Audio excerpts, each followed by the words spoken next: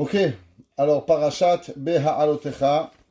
Cette semaine, on va parler d'un sujet super intéressant. On va parler au moment où Moshe Rabbeinu, on connaît notre grand maître Moshe Rabbeinu, après des années dans le peuple juif. Je ne sais pas si vous avez déjà été rabbin, mais moi en tant que rabbin, je comprends. Des fois, les gens, c'est un peu difficile à pouvoir supporter la pression. Moshe Rabbeinu va s'occuper du peuple juif, la sortie d'Égypte, traverser la mer Rouge. Et chaque fois, le peuple juif va tester Dieu et il va tester Moshe Rabbeinu.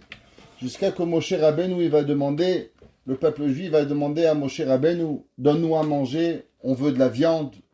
Moshe Rabbeinu qui comprend même pas cette demande. Ils avaient la manne céleste. Le verset dans le Teilim, il écrit Lechem arbirim achlu ish. Le pain des anges, ils mangeaient. Dans la manne, il n'y avait pas de toilette. Tout ce qu'on mangeait était absorbé par le corps. Tous les mets extraordinaires que vous vouliez, pouvez goûter. Chez les Tunisiens, l'abkaïla, le msouki, nikitouche, marocain, poisson au pois chiche, tout ce qu'ils voulaient. Chacun pouvait goûter ce qu'il avait envie de la manne. Venir et demander de manger de la viande, Chachamim nous disent qu'il y avait une envie de manger. Dans la manne, c'était un repas qui était spirituel. Quand on mange un steak, on le mange. Quand on mange quelque chose, il y a une ta'ava, il y a une envie qui est animale et bestiale. C'est ça que le peuple juif, il avait envie. Moshe Rabbeinu, il a dit à Kadosh Baruch Hu, le uchal anochi levadi laset et kol ha'am hazeh. Moshe Rabbeinu qui était monté 3 fois au ciel, qui était plus haut que les anges, il a compris que quelque part il ne pouvait comprendre le peuple juif et qu'il avait besoin d'aide pour pouvoir comprendre leurs demandes. Et il dit, seul je ne peux pas être capable de pouvoir porter ce peuple juif qui kaved mimeni, parce qu'il est trop lourd pour moi. Vimkacha at oseli argenina. Moshe Rabbeinu, il dit à Dieu, si tu vas me laisser tout seul, alors tue-moi, prends ma vie. Imatzatichen be'enecha. Si j'ai trouvé grâce à tes yeux, val ere barati. Comment ce peuple, ils sont en train de m'écraser. Je suis plus capable de se porter tout seul. Le poids et la difficulté de ce peuple, il est au-dessus de mes forces. Alors Akadosh Baruch Hu dit à Moshe Rabbeinu, Vayomer Hashem el Moshe.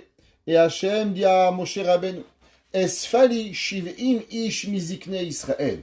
Rassemble-moi 70 sages du peuple juif, Asher yadata, que tu sais, qui aiment zikne ha'am, car ils sont les sages du peuple, Veshoterav et ses policiers, Velakarta otam Elohel Moed. Et tu vas leur entrer dans le Mishkan, dans la tente où Akadosh Baruch Hu il parlait à Moshe, Veitiatzvu sham imach. Et ils vont se tenir avec toi, Viyaradti. Et Akadosh Baruch Hu il dit, et je vais descendre, Vedibarti imecha. Et je vais parler avec toi, Moshe Rabbeinu, Ve'etzalti minaruach. Et qu'est-ce que je vais faire du souffle divin qui est dans toi, Moshe Rabbeinu? Je vais ombrer ce souffle divin qui est sur toi, Vesamti alehem. Ça veut dire que la prophétie des 70 sages du peuple juif n'était pas comme Moshe Rabbeinu, une connexion directe avec Akadosh Baruch Hu. Elle passait de Moshe, et de Moshe Rabbeinu, elle passait aux 70 Chachamim. Venasu ita arba masa ha'am. Et ils vont porter avec toi la charge du peuple. Velo tisa ata levadecha. Et toi, tu ne porteras plus seul le peuple juif. La Torah nous dit, Vayered Hashem be'anan, on saute quelques versets, Vaidaber elav, Akadosh Baruch Hu, il a parlé à Moshe, Vayeatzel minaruach, et le souffle divin est passé de Moshe Rabbeinu aux 70 Chachamim, Vayi kenoach alehem, aruach veit'an veitnabnu velo yasafu. Dit la Torah qu'ils sont devenus prophètes et ils n'ont pas arrêté leur prophétie. La Torah elle nous dit que ça veut dire velo yasafu, que cette prophétie elle a été seulement momentanée. Ces 70 Chachamim, dit Rashi, le mitnabu ela oto hayom levado. Ils sont devenus prophètes seulement une fois dans leur vie, au moment où ils ont été avec Moshe Rabbeinu. Pour comprendre la suite des versets, il faut comprendre quelque chose. On sait qu'il y avait un besoin d'avoir 70 sages du peuple juif. Comment à travers 12 tribus, on allait arriver à avoir 70 personnes. Si on prend 5 par tribu, fois 10, ça fait 50. Fois 2 encore, ça fait 60. Donc il nous a manqué encore 10. Si on va prendre 6 par tribu, alors 6 fois 10, ça fait 60. Et 2 fois 6, ça fait 72. Alors on arrivait à une difficulté qu'on pouvait prendre dans l'équité, d'avoir chaque tribu un nombre égal de chachamim qui allaient aller avec Moshe Rabbeinu. Nous dit la Torah que Moshe Rabbeinu, il a dit, qu'est-ce qu'on va faire? Si on va prendre 6 de chacun, ça fait 72. Si on prend 5 de chacun, ça fait seulement 60. Alors comment on va arriver au calcul de 72? Prendre 6 de chaque et prendre que 5 de 2 tribus. Les tribus, elles vont se bagarrer. Pourquoi moi j'ai mérité d'avoir 5 rabbins, 5 représentants, et mon frère il a mérité d'avoir 6 représentants? Donc il fallait trouver une façon comment avoir les 70 chachamim. Akadosh Baruch Hu, il a dit à Moshe Rabbeinu, regarde Moshe, ce que tu vas faire, tu vas prendre 70, 6 de chaque tribu, qui va donner 72, et dans 70, tu vas écrire leur nom, et tu vas écrire derrière Zaken. Zaken veut dire sage qui va servir à Akadosh Baruch Hu. 2, tu vas laisser vide. Et quand chacun il va venir et il va piocher, alors chaque rabbin qui va piocher, il va voir est-ce que son nom est écrit dessus Zaken, ça veut dire qu'il a été choisi par Dieu, ou bien quand ils vont voir le nom, rien du tout derrière, ça veut dire qu'ils n'ont pas été choisis à leur nom. Il va y avoir 72 rabbins qui vont être nommés par Moshe Rabbeinu, de venir et de prendre au tirage au sort un papier. Est-ce qu'il va y avoir marqué dessus Zaken ou il n'y aura rien marqué sur le papier? Nous dit la Torah qu'il y a 70 Zekenim, 70 sages qui sont venus et qui ont rentré dans la tente. Vaish'aru shnei anashim bamachane. Et il va rester 2 sages qui sont restés dans le campement, qui ne se sont même pas venus et déplacés vers Moshe Rabbeinu. Nous dit la Torah, qui étaient ces 2 sages-là? Shem ha'echad Eldad. Un des 2 s'appelait Eldad. Veshem ha'sheni Medad. Et le deuxième, il va s'appeler Medad. Nous dit la Torah que malgré qu'ils ne sont pas venus chez Moshe Rabbeinu, Vatanach alehem aruach, la présence divine est venue et s'est placée sur eux. Vehema baketuvim. Dit la Torah, attention, ne crois pas qu'ils étaient seulement comme ça. Dans les lettres, en vérité, leur nom aurait dû être écrit que eux devaient servir avec à Moshe Rabbeinu. Ils faisaient partie de ceux qu'en vérité, ils auraient dû être prophètes au moment de Moshe Rabbeinu. Seulement la Torah nous dit que ça veut dire Velo yatseu haoela. Et ils ne sont pas sortis dans le Ohel Moed, dans le Saint, dans le Mishkan, dans le tabernacle. Vaitnabu mamachane. Et ils ont prophétisé dans le campement. Rashi nous dit, qu'est-ce qu'ils ont prophétisé ces deux sages-là? La Gemara nous enseigne, et elle nous dit qu'ils ont dit Moshe met veyoshua machnis. Nous dit le Gemara dans Masechet Sanhedrin, la page Gemara Sanhedrin, page 17, que Eldad et Medad, ils ont fait une prophétie. Et ils ont dit, vous savez qu'est-ce qui va arriver dans l'histoire? Moshe Rabbeinu va mourir, et celui qui va rentrer le peuple juif, c'est Yehoshua. À ce moment-là, Vaya'an Yehoshua Binoun. Yehoshua Binoun, il était très fâché. Quand il a entendu qu'il y avait quelqu'un qui est venu et qui a prophétisé, nous dit Rashi, qui était cet enfant qui a écouté la prophétie de Eldad ou Medad? C'était Gershom ben Moshe. Il était Gershom, pas Gershon avec un noun, mais Gershom, fils de Moshe, qu'il a entendu que Eldad et Medad disaient, ton père il va mourir dans le désert, et qui c'est qui va venir et qui va rentrer le peuple juif? C'est Yehoshua. À ce moment-là, Yehoshua il dit à Moshe Rabbeinu, Vayomer Adoni Moshe Kelahem. Moshe Rabbeinu, Yehoshua il dit, Moshe s'il te plaît, extermine-les. Alors Moshe Rabbeinu il dit à Yehoshua, Vayomer le Moshe Amekane Atali. En quoi tu es jaloux? Quel est le problème ici? Parce qu'il y a 2 personnes qui deviennent prophètes, alors maintenant, tu veux tuer tout le monde? Ou mi'iten kol ha'am, et que Akadosh Baruch Hu donne à tout le peuple, Nevi'im, ki iten Hashem et rucho alehem, et que Akadosh Baruch Hu, ils viennent et ils deviennent des prophètes. Nous dit Rashi, dans Parashat Shemot, Yehoshua, la Torah nous dit un verset très intéressant dans Parashat Beshalach. Le verset dit Vayomer Moshe el Yehoshua bechar lanu anashim. On sait qu'au moment où Moshe Rabbeinu, il va demander à Yehoshua de trouver des guerriers pour aller combattre Amalek. Il demande Rashi, qu'est-ce que ça veut dire bechar lanu? Choisis-nous. Mais comment Moshe Rabbeinu, l'homme de Dieu, il parle à Yehoshua qui était beaucoup plus jeune que lui, qui était l'élève de Moshe Rabbeinu, et il s'égalise à Moshe Rabbeinu, à Yehoshua en disant bechar lanu, choisis-nous. Quoi, toi, Moshe, vous êtes égaux? Comment se fait-il que Moshe Rabbeinu, il s'est égalé à Yehoshua? Nous dit Rashi, li ulecha ishvalo. Moshe Rabbeinu, il s'est comparé à Yehoshua. Pourquoi? Nous dit Rashi, yehi kevot amilcha chaviv alecha keshelcha. De là, on apprend l'importance à combien l'homme, il doit avoir l'honneur de son élève comme soi-même. Ton élève n'est pas ton chien. Ton élève n'est pas ton serviteur. Ton élève, tu dois le comparer à toi-même. Tu dois honorer ton élève de la même façon que tu t'honores à toi-même. Du façon que Moshe Rabbeinu, il n'a pas dit « Bechar li anashim » choisis-moi des hommes, ou « Bechar lahem » mais il a dit « Bechar lanu ». Pourquoi, dit Rashi? Pour nous apprendre que Moshe Rabbeinu, il avait du respect. Yehoshua, exactement le même respect qu'il avait pour lui.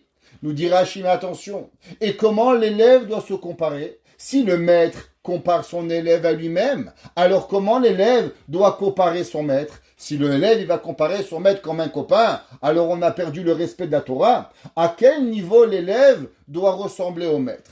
Et il nous dit Rashi, ou kevod chavercha, kemora rabach, et ton élève, ton ami, il doit être comme Akadosh, comme ton maître. Ça veut dire, Rashi, le rabbin compare son élève à lui-même.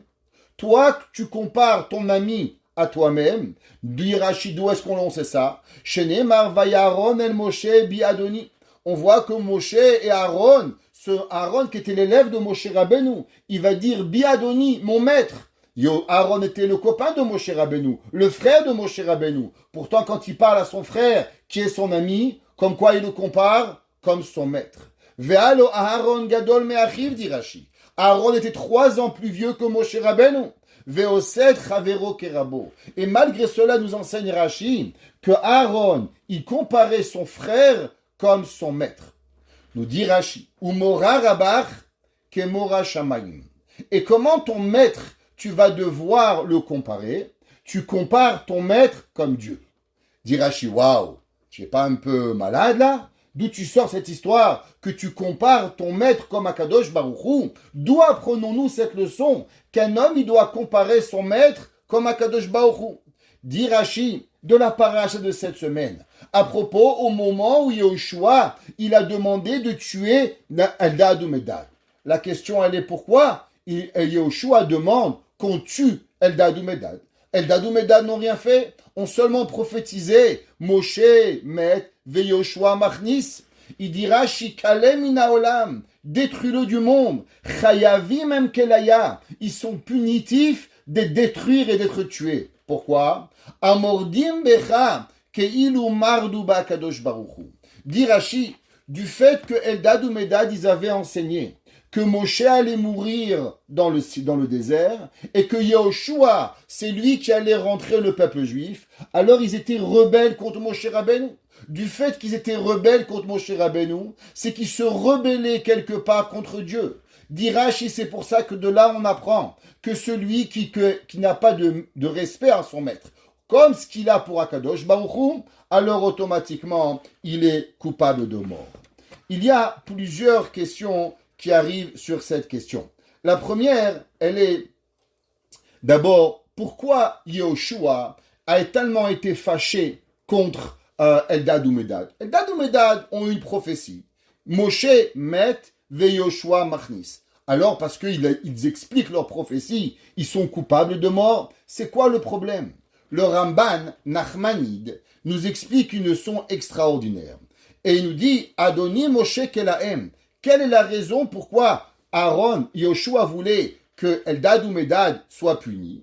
Il dit, on sait que Moshe, il a parlé à Kadosh Baruch Hu, que Moshe diber el ha'am divrei Hashem, D'où venait la prophétie de tous les 70 sages? Elle passait par Moshe Rabbeinu. Et par Moshe Rabbeinu, eux-mêmes sont devenus prophètes pour pouvoir y arriver.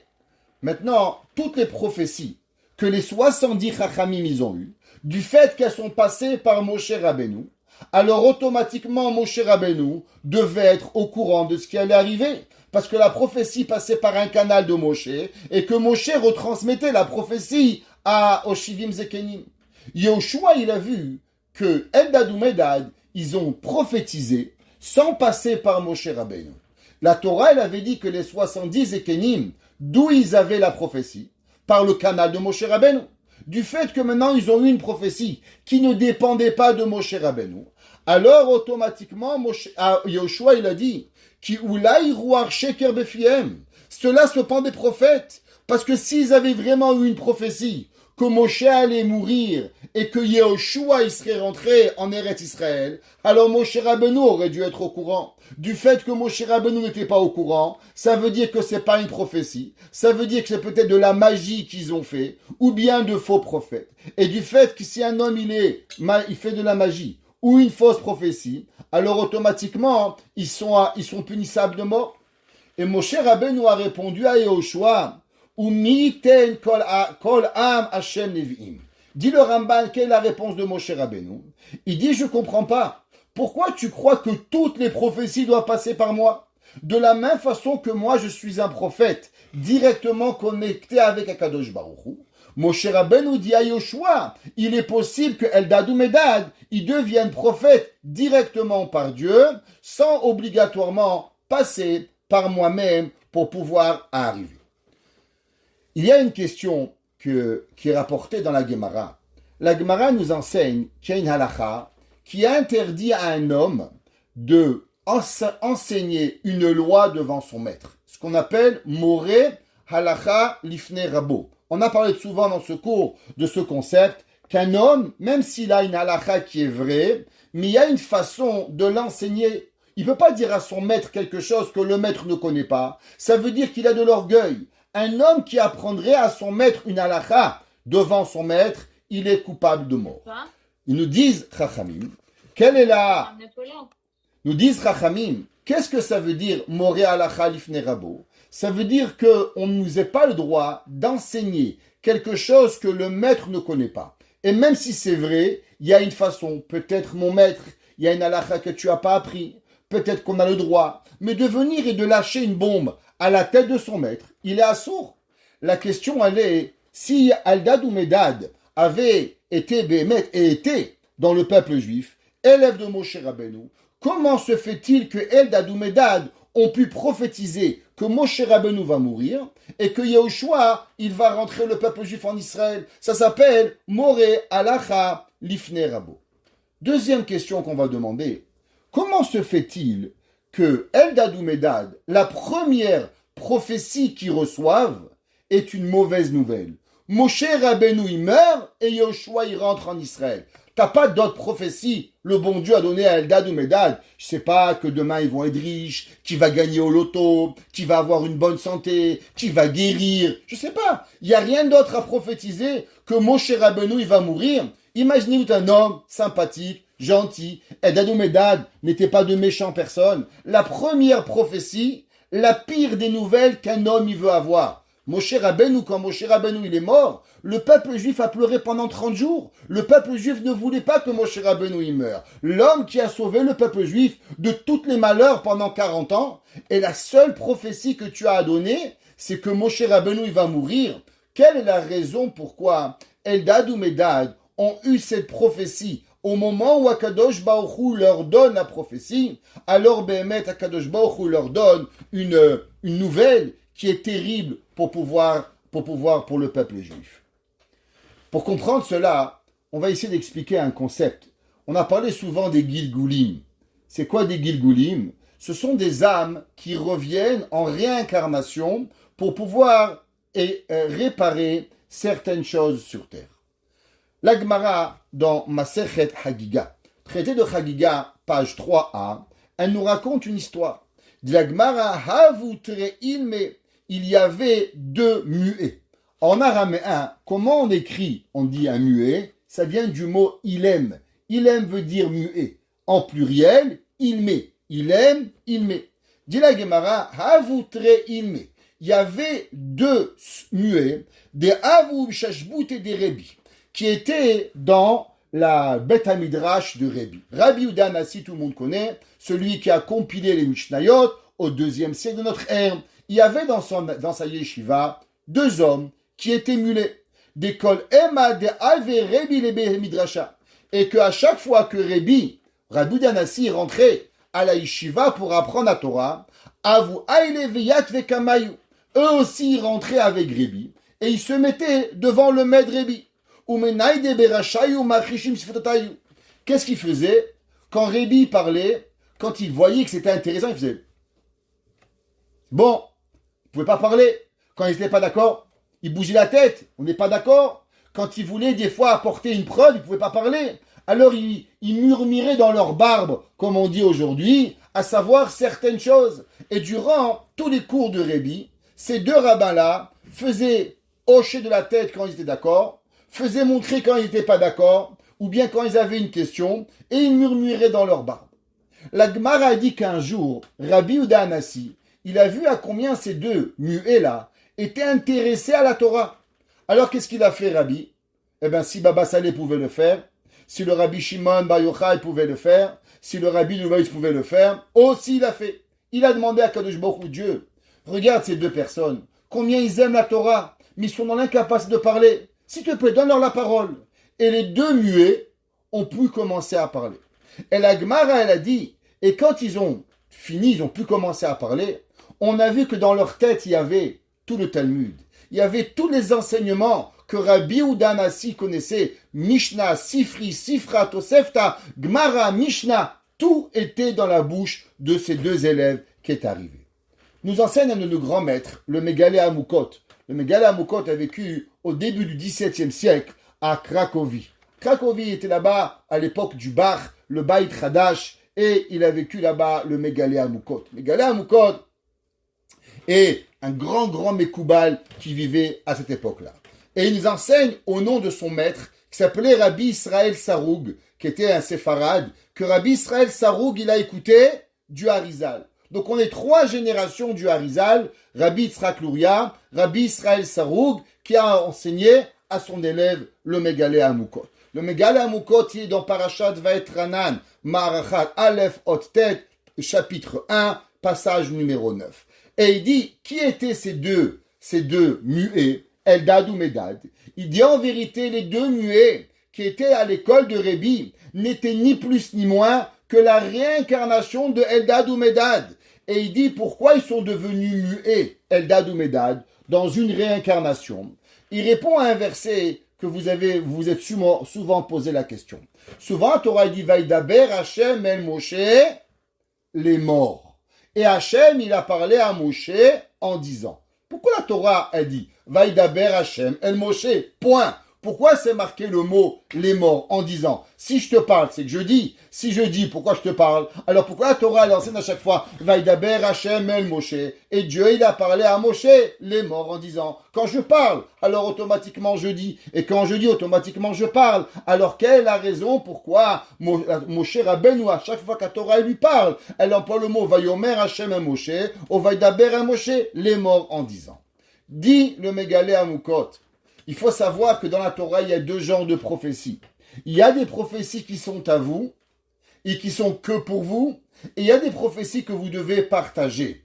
Nous dit Rabbi Israël Saroug au nom du Harizal que tu sais pourquoi Eldad et Medad ont été réincarnés en muets à cause qu'au moment où ils ont reçu la prophétie, Moshe Med Veyoshua Machnis, qui c'est qui avait donné à Eldad ou Medad le droit de donner cette prophétie à tout le monde? Normalement, ils ont eu cette prophétie. Si tu n'as pas reçu le verbe les morts en disant après ta prophétie, ce qui nous apprend qu'il est interdit à l'homme de rêver la prophétie. Et du fait que eux ils sont venus et ils ont révélé une prophétie alors que Akadosh Baruch Hu leur avait pas donné la prophétie. C'est pour ça que Akadosh Baruch Hu, il les a réincarnés dans une génération future où ils étaient muets. Et alors là, Akadosh Baruch Hu, ils ont réparé la faute qu'ils avaient fait de trop parler en étant muets pendant des années. Et ces deux personnes-là étaient Behemet Eldad ou Medad.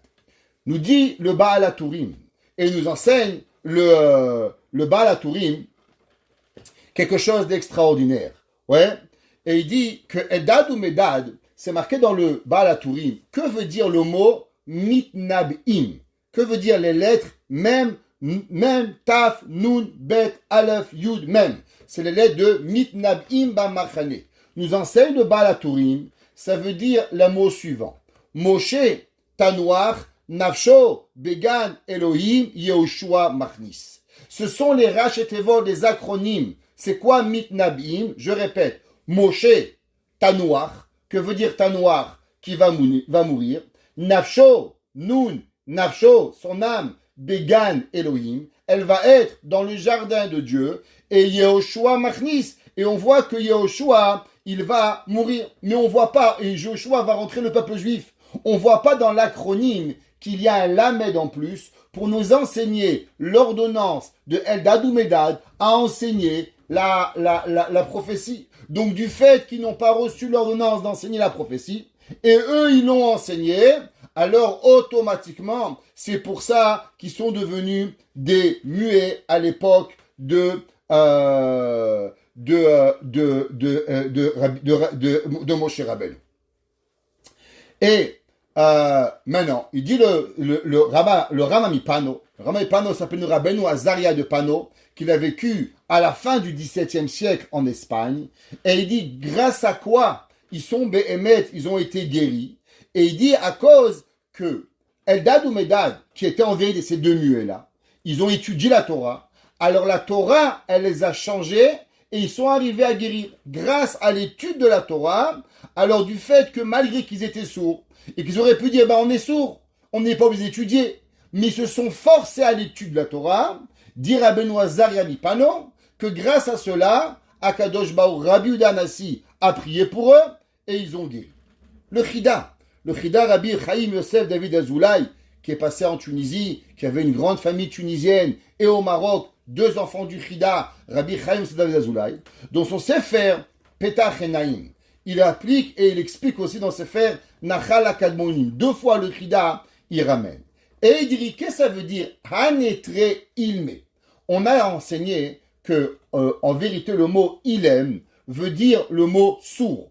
Et dans la Torah, le mot ilme, il s'écrit Aleph, Lamed, Mem, Yud. Et il dit, qu'est-ce que ça veut dire Aleph, Lamed, Mem, Yud? Pourquoi la Torah les a appelés des Almim? Normalement, on aurait dû dire des mots gentils. Il y avait deux rabbins qui étaient sourds. Pourquoi on les appelle deux sourds? Comme ça, la Torah, elle parle. Le Talmud, il va parler de deux hommes qui étaient des géants de la Torah. Il les appelle deux sourds, deux muets. On aurait dû dire Hanetre Rabbe, des Almeavu. Il y avait deux rabbins qui étaient muets. Pourquoi la Torah, les appelle Hanetre Alme? Ces deux muets-là. Dit le Chida, si vous prenez les deux premières lettres de Alme, c'est Aleph Lamed. Aleph Lamed fait référence à quoi? Aleph Lamed à Eldad. Quelle fait la différence de Mem Yud, Medad? Et dans le mot Alme, il y a déjà l'enseignement du Harizal qui nous dit, c'est quoi Hanetre Alme? C'est deux. Alme est en vérité le début des lettres de Eldad et le début des lettres de Medad. De là, le Harizal, il a su que qui étaient ces deux sourds-là, qui deux muets, Eldad ou Medad. Et il dit, qu'est-ce que c'est? Dans Nachal Almonim, il nous dit, qu'est-ce que ça veut dire que Yehoshua, il a dit? On a dit que Yehoshua, il a dit Kelahem. Que veut dire le mot Kelahem? Et il dit le Chida, dans ce Sefer Nachal Almonim, que qu'est-ce qui s'est passé à la fin? Il dit que Eldad ou Medad sont revenus dans un corps qui était comment? Qu'ils étaient muets. Si vous prenez le mot Kelahem, c'est les mêmes lettres de Keilem, comme des muets. Il dit le Chida, qu'est-ce que Yehoshua il a demandé à Moshe Rabbeinu? Des hommes qui parlent trop. alors s'il te plaît, rends-les des sourds, rends-les des muets. Et la klala de Yehoshua, elle s'est oui accomplie quelques 500 ans, quelques 1000 et quelques années plus tard, que Eldad ou Medad se sont réincarnés dans la yeshiva de Rabbi Yehuda Hanassi, et que Rabbi Yehuda Hanassi, grâce à la Torah, il les a réparés. Mais il en reste c'est que pendant un moment, ils étaient muets. Le Ben Ishraï, dans le Sefer Ben Yehoyada, le Ben Ishraï a écrit plusieurs livres. Il a écrit le Ben Ishraï Alachot, il a écrit Od Yosef Rai. Un de ses livres, il s'appelle Ben Yehoyada. Le Ben Yehoyada est un livre explicatif de ce qu'on appelle des Haggadot du Talmud. Dans la Gemara, il y a souvent des histoires, et dans ces histoires, il y a des enseignements très profonds. Le Ben Ishraï, dans le Sefer Ben Yehoyada, il a ramené le Chida, et il dit pourquoi ils sont seulement été réincarnés dans la yeshiva de Rabbi Yehuda Hanassi. Pourquoi Rabbi Yehuda Hanassi? Pourquoi pas Rabbi Akiva? Pourquoi pas Rabbi Shimon ben Yochai? Quelle est la raison que Akadosh Baruch Hu, il a rapporté ces deux, Eldad ou Medad, dans la classe de Rabbi Yehuda Hanassi? Et il dit, à cause que la Gemara, dans Masechet Gittin et Sanhedrin, la Gemara a deux reprises, dans le traité de Gittin 59 et le traité de Sanhedrin 36a. La Gemara a dit, Mimot Moshe Rabbeinu. Depuis les temps de Moshe Rabbeinu et jusqu'à Rabbi, Lomatsinu Torah Ugdula bimakom echad. Qu'est-ce que ça veut dire? La Gemara a dit que Moshe Rabbeinu était un homme de Torah, un homme de Dieu. Mais il était aussi très riche, Moshe Rabbeinu. D'où est-ce qu'on sait que Moshe Rabbeinu était très riche? La Gemara dit parce que Akadosh Baruch Hu lui a dit Pesol lecha, quand Moshe Rabbeinu a taillé les pierres pour avoir les deuxièmes tables de la loi, alors tous les résidus des tables de la loi, Moshe Rabbeinu les a gardés. Moshe Rabbeinu était l'homme le plus riche du peuple juif, l'homme le plus respecté du peuple juif, l'homme qui avait le plus de Torah du peuple juif.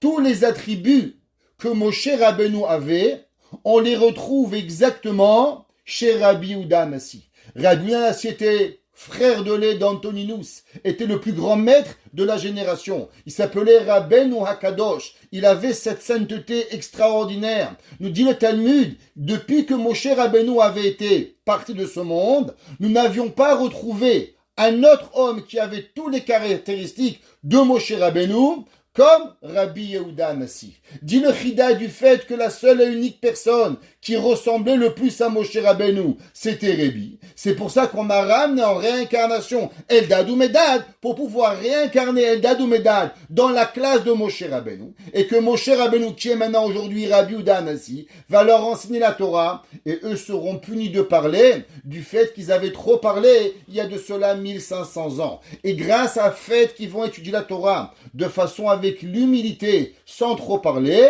alors Rabbi Yehuda Hanassi, comme il a fait Moshe Rabbeinu, il a prié pour Eldad ou Medad qui ne meurent pas. Alors dans ce cas-là, Moshe Rabbeinu priera pour eux, pour qu'ils retrouvent la parole et que Akadosh Baruch Hu leur parole.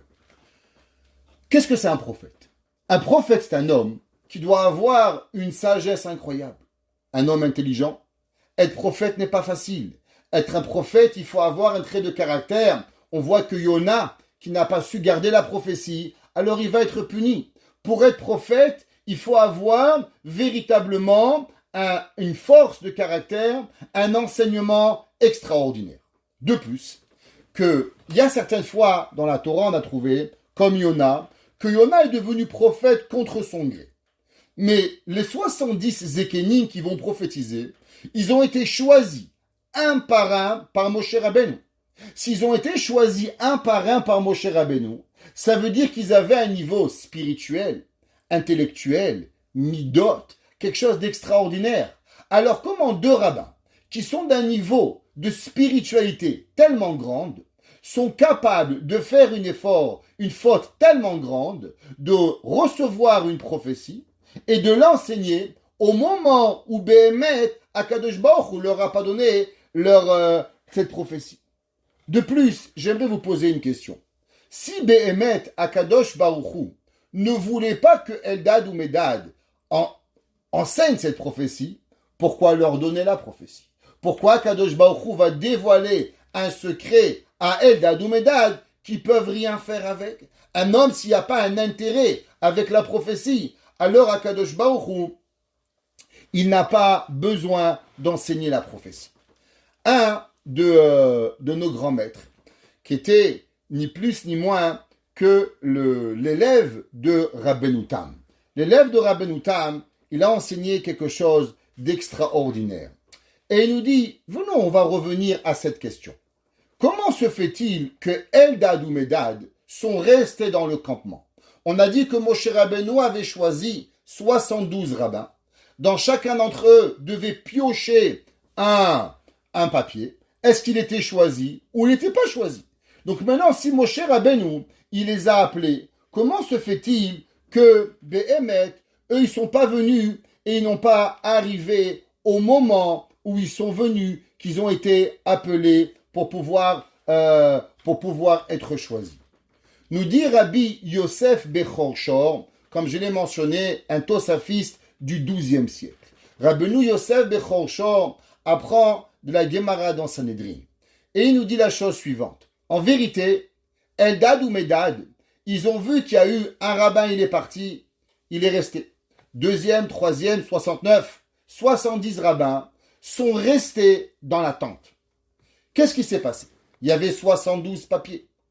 Quelles sont les chances que les 70 rabbins, les premiers rabbins qui ont été appelés par Moshe Rabbeinu, ont tous été choisis et que aucun d'entre eux n'avait un papier vide? Nous dit Rabbeinu Yosef Bechor Shor, les probabilités sont nulles. Ça veut dire qu'en vérité, il y avait parmi les 70 rabbins qui étaient présents, il y avait ou un rabbin, ou déjà 2 rabbins que malheureusement avaient reçu un papier blanc, mais ils ont eu honte de sortir du camp, et ils sont quand même restés avec Moshe Rabbeinu. Alors Eldad ou Medad, ils ont dit, regarde, si nous on va aller maintenant, et on va sortir un papier où il y a marqué dessus, Zaken, qu'on a été choisi, ça veut dire automatiquement Moshe Rabbeinu va dire, hey guys, votre papier s'il vous plaît, et on va trouver minimum 1 ou 2 qui n'ont rien à faire là-bas.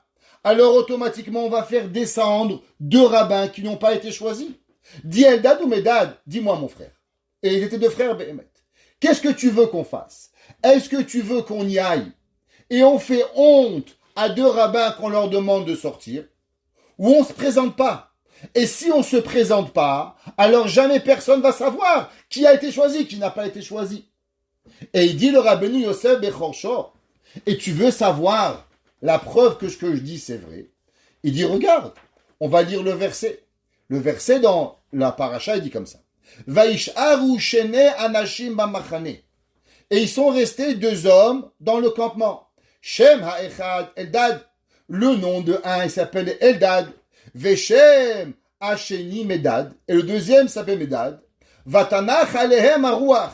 Et Dieu, il a mis parmi eux le souffle divin. Vehema baketuvim. Et eux, ils sont écrits. Qu'est-ce que ça veut dire qu'ils sont écrits? Il dit le Rabbi Yosef Bechor Shor. Ben oui, parce qu'en vérité, le nom Zaken faisait partie de ce que eux ils devaient prendre. Ça veut dire qu'en vérité, il y avait les 2, ils auraient dû arriver dans le campement. Mais du fait qu'ils sont pas venus, pourquoi ils sont pas venus? La seule et unique raison qu'ils sont pas venus, ça n'est pas pour ne pas gêner les 2 autres rabbins qui ont été là-bas et qu'ils auraient dû descendre. Alors du fait qu'ils n'ont pas voulu leur faire honte, alors automatiquement, ils n'ont pas voulu venir pour ne pas faire honte. Alors, Mishéala ou Mishéalalo, alors automatiquement, il nous dit Rabbi Yosef Bechor Shor que la raison pourquoi ils ont été prophètes parce qu'en vérité, ils méritaient la prophétie. Mais cette prophétie, elle va venir différemment. Qu'est-ce que ça veut dire que cette prophétie, elle va venir différemment? Nous enseigne Hachamim quelque chose d'extraordinaire. On a dit au départ qu'il y avait 70 Hachamim.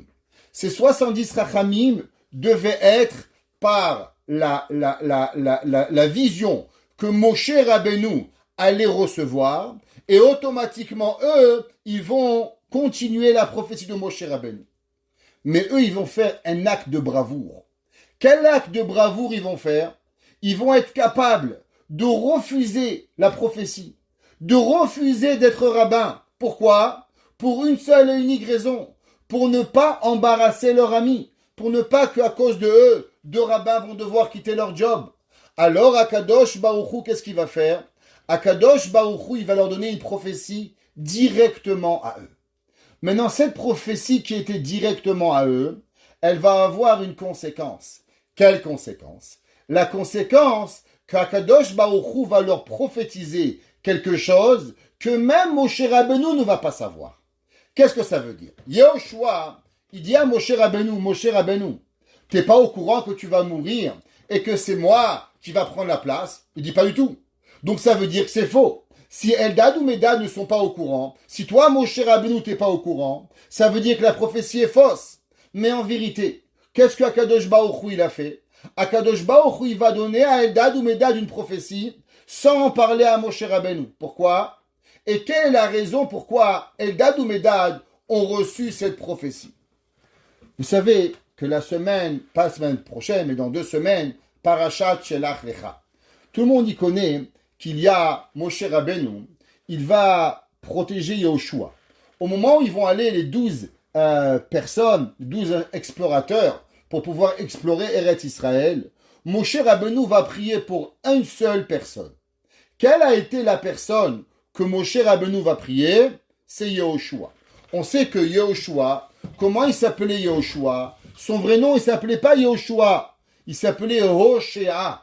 Dit la Gemara, la Torah, Vaikra Moshe le Hoshea Yehoshua.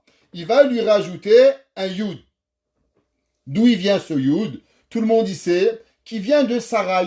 On sait que Sarai, elle s'appelait Sarai, et Akadosh Baruch Hu, il a enlevé le Yud de Sarai, et il lui a donné un He, qui s'appelait maintenant Sarah. Qu'est-ce qu'il a fait à Moshe Rabbeinu? Il dit, hey, il y a un Yud en plus maintenant. Où il est passé sous, qu'est-ce qu'on en fait? Il a pris, et il a donné à qui? À Yehoshua. Hoshea, il a appelé Yehoshua. Pourquoi il a prié pour lui? Il lui a dit, Ya Yoshiacha me'atzat meraglim. Il lui a dit, regarde, tu vas être sauvé des mains des explorateurs.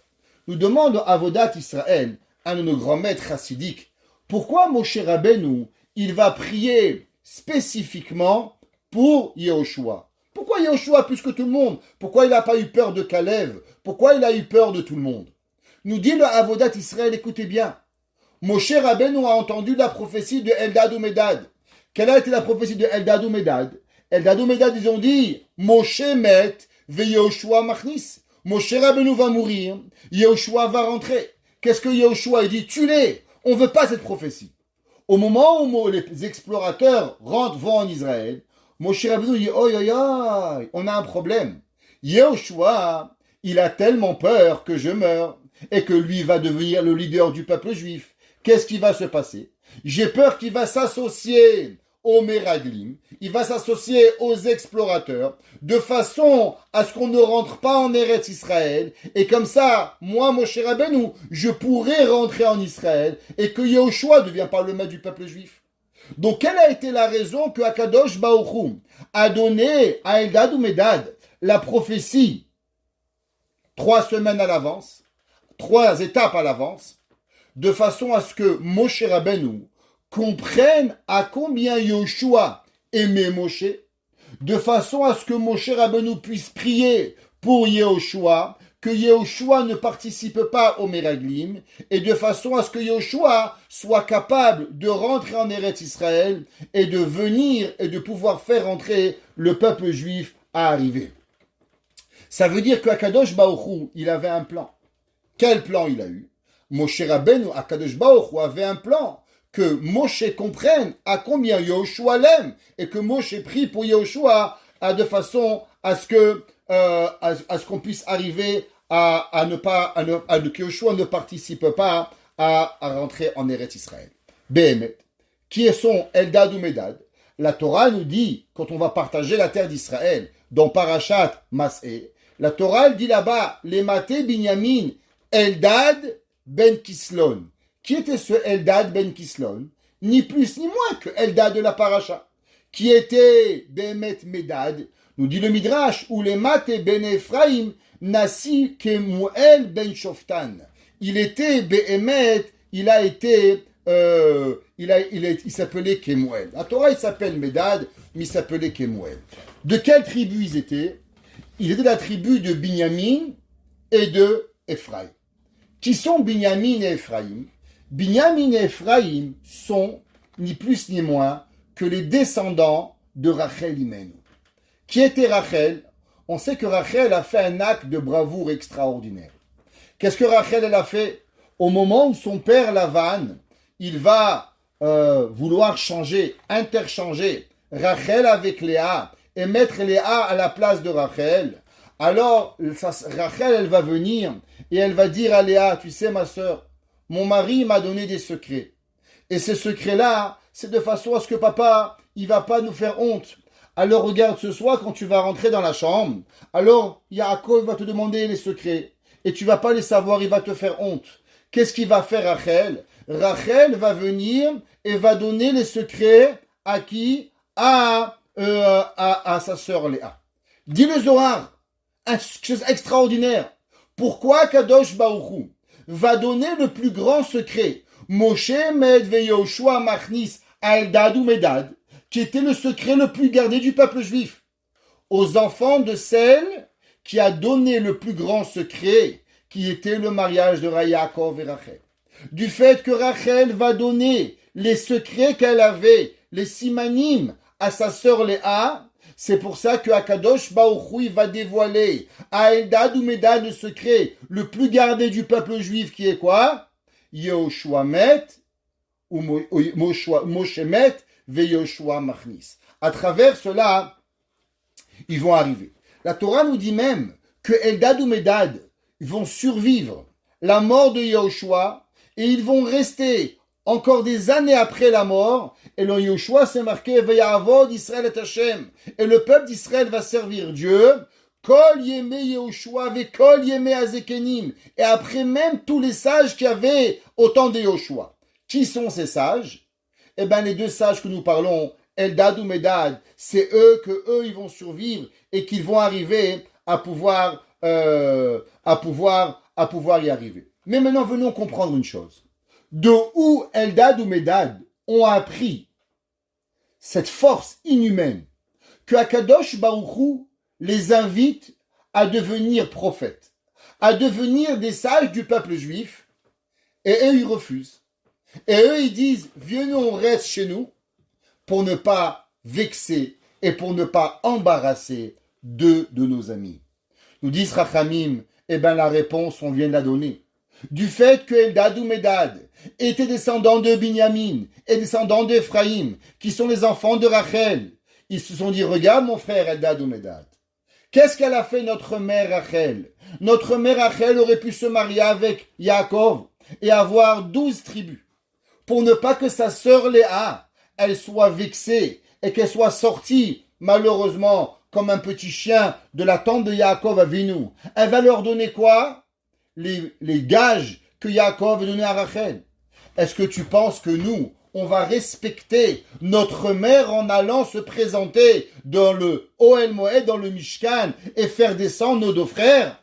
Si notre mère, elle a su partager, et notre mère, elle a su perdre le rôle de la matriarche principale pour ne pas vexer notre sœur, sa sœur, alors nous aussi, on ne va pas rentrer et risquer de vexer nos deux frères qui étaient là-bas.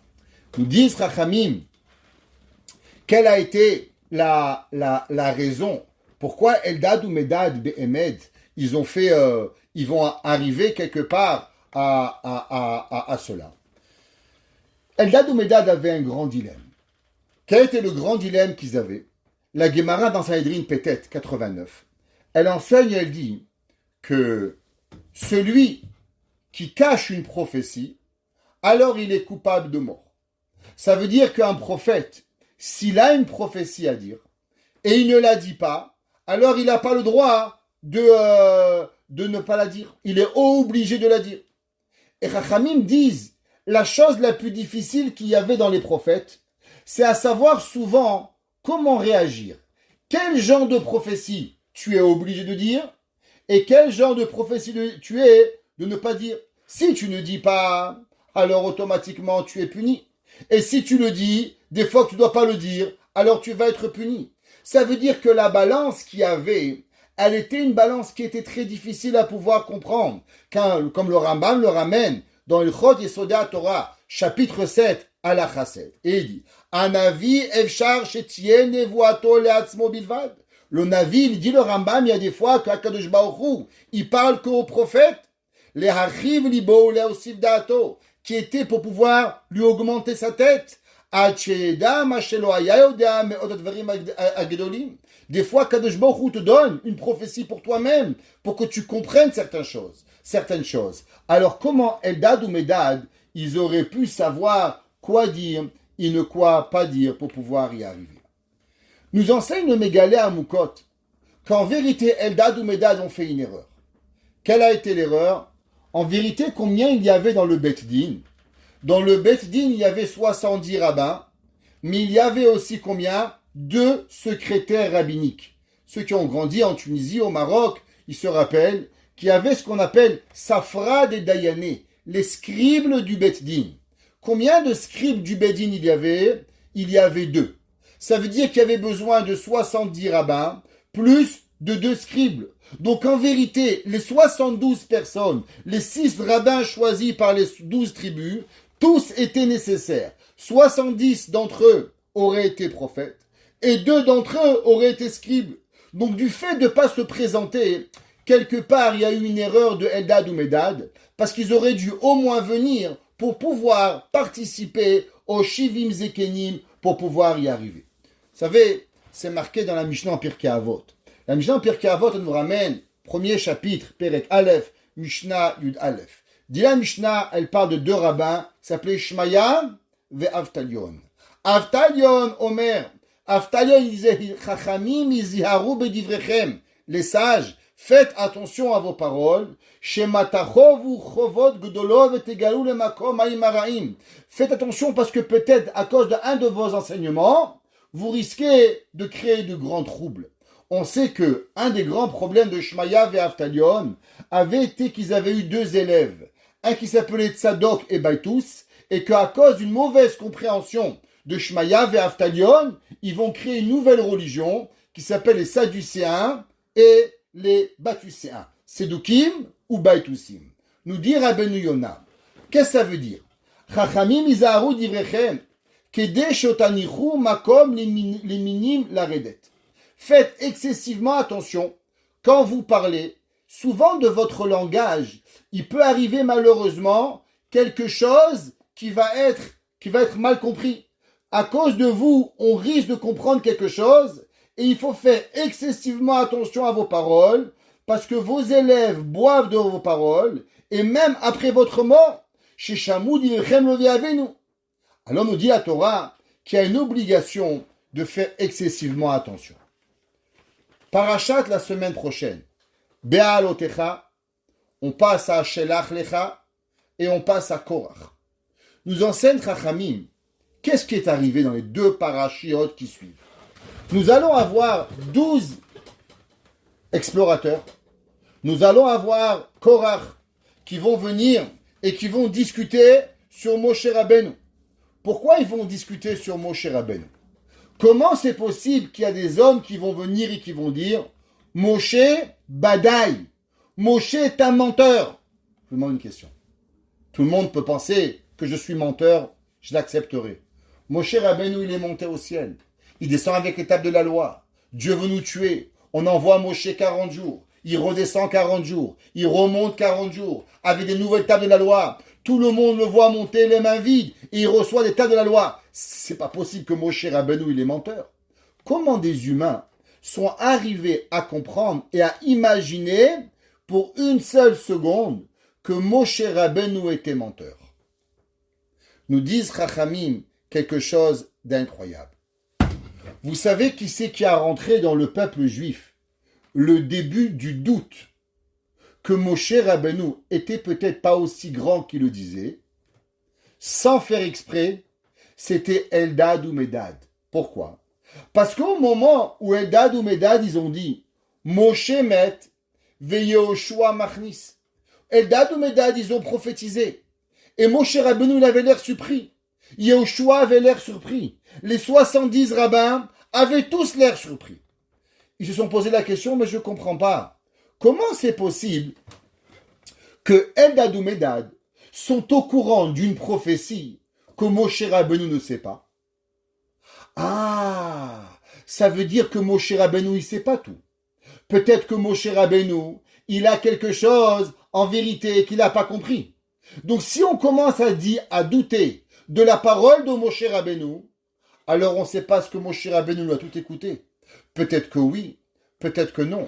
La Gemara a dit, qu'est-ce que c'est le Chilul Hashem? Qu'est-ce que c'est la profanation du nom de Dieu? La Gemara a dit, tu sais qu'est-ce que c'est la profanation du nom de Dieu?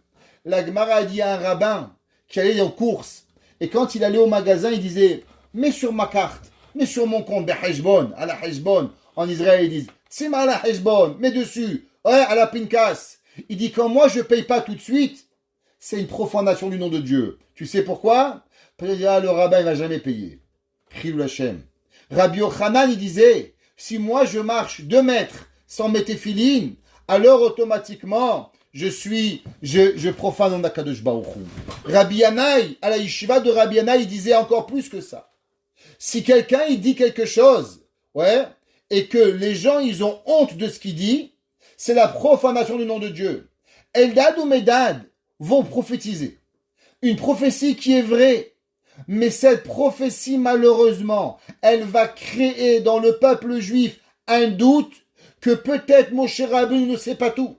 Malgré que Akadosh Baruch Hu, il avait fait ça de façon à ce que Moshe Rabbeinu prie pour Yehoshua, pour qu'il ne sorte pas un Chilul Hashem que l'élève de Moshe Rabbeinu, il va venir et qu'il va malheureusement blasphémer le nom d'Akadosh Baruch Hu.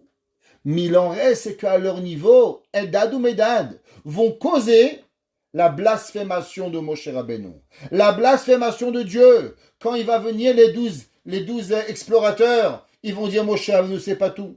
Korach va dire que Moshe Rabbeinu ne sait pas tout. Comment c'est possible? Eh bien, regarde la preuve de Eldad ou Medad. Et à cause que Eldad ou Medad, à cause de que beaucoup d'entre eux, ils vont douter de Moshe Rabbeinu, alors ils vont être punis. Nous dit la Mishnah dans Pirkei Avot, il y a un péché qu'on est puni égal, à savoir que l'on a fait exprès ou que l'on n'a pas fait exprès. Dit la Mishnah, Echad shogeg ve'echad mezid bechilul Hashem. Tout le monde est égal à la blasphémation de Dieu, celui qui est exprès ou celui qui est non exprès. Eldad ou Medad, malheureusement, ils ont causé quoi? Ils vont causer la blasphémation de Moshe Rabbeinu. C'est pour ça qu'ils vont être punis. Nous dit Rabbeinu Yonah de Chirondi, qui a vécu au XIIIe siècle, qui était contemporain du Maïmonide, qui va écrire le Sharet Teshuvah. Il dit comment une personne, elle va venir et elle va réparer la blasphémation d'Akadosh Baruch Hu. Chilul Hashem, un homme qui se comporte mal dans la vie, qui part, il est juif, il s'appelle Monsieur Cohen et il vole, Monsieur Lévi, Monsieur le rabbin, se comporte mal, eh bien il a blasphémé le nom de Dieu. Comment on répare le nom de Dieu? Il dit Rabbeinu Yonah, tu sais comment on répare le nom de Dieu? La blasphémation. La Gemara dans Ta'anit, page 7.1. La Gemara dit, Haïtanya ya Rabbi Bena'a Omer. Rabbi Bena'a, il disait, tout celui qui étudie la Torah pour Dieu, alors Torato na'aseh lo sam chaim. Sa Torah, elle est une source de vie. Elle est un médicament de vie. Qu'est-ce que ça veut dire la Torah qui est unique pour Dieu? La Torah qui est unique pour Dieu, c'est une Torah qu'un homme n'en profite pas. Quelle est la plus grande Torah que si 2 muets, ils sont en train d'étudier? Est-ce que les muets peuvent s'enorgueillir de la Torah? Les muets qui étudient, ils n'ont pas un moyen de servir et de donner à Kadosh Baruch Hu plus que ça. Il n'y a pas de moyen de sanctifier le nom de Dieu que 2 hommes qui vont étudier sans même être capables de partager. Du fait que les 2 muets étaient Eldad ou Medad, à cause que Eldad ou Medad, ils avaient blasphémé le nom d'Akadosh Baruch Hu en disant que Moshe Rabbeinu allait mourir, ce que Moshe Rabbeinu ne savait pas. Alors ils ont créé un doute dans la prophétie de Moshe Rabbeinu. C'est pour ça qu'ils vont revenir en réincarnation dans les 2 muets et ils vont quand même étudier la Torah. Alors grâce à la Torah qu'ils vont étudier, alors automatiquement ils vont être capables de de répondre et de guérir leur mal, et que Rabbi Yanassi leur a parlé. À combien on voit notre obligation. Deux hommes qui vont malheureusement omettre un petit mot. Akadosh Baruch Hu ne leur demande pas de parler. Ils vont parler. Ils vont entendre une nouvelle qui est terrible, qui est vraiment qu'Akadosh Baruch Hu, ils voulaient qu'ils le disent, mais ils l'ont mal dit. Ils vont causer un doute dans le peuple juif. Comment ils vont être punis? De revenir muets. Et comment on est capable de réparer le Chilul Hashem? Seulement à travers l'étude de la Torah. La Torah, elle est Hadevarim Asher Diber Moshe. L'homme, il n'a pas d'idée. À combien il est capable de pouvoir réparer le pire des Averot. Le Rambam, il écrit et il dit qu'il n'y a pas de pardon dans la blasphémation de Dieu. Pourtant, Rabbeinu Yonah a dit c'est vrai, mais il n'y a qu'une seule chose qui peut être capable de réparer l'étude de la Torah. Qu'Akadosh Baruch Hu fasse que notre étude de la Torah, elle nous donne la réparation de tout ce qu'on a pu malheureusement blasphémer à Akadosh Baruch Hu. Que chaque fois qu'on étudie, chaque fois qu'on fait un Teilim à la maison, chaque fois qu'on fait un mot, une minute, une heure de Torah, que cela nous arrange notre vie, nous rapproche de Akadosh Baruch Hu, et qu'on est Mekadesh Shem Shamaim, et qu'on soit Zoché et méritant de ne jamais blasphémer le nom d'Akadosh Baruch Hu, et de se rapprocher de Akadosh Baruch Hu. Bebin Yenago El Bimera Biyamenu. Amen.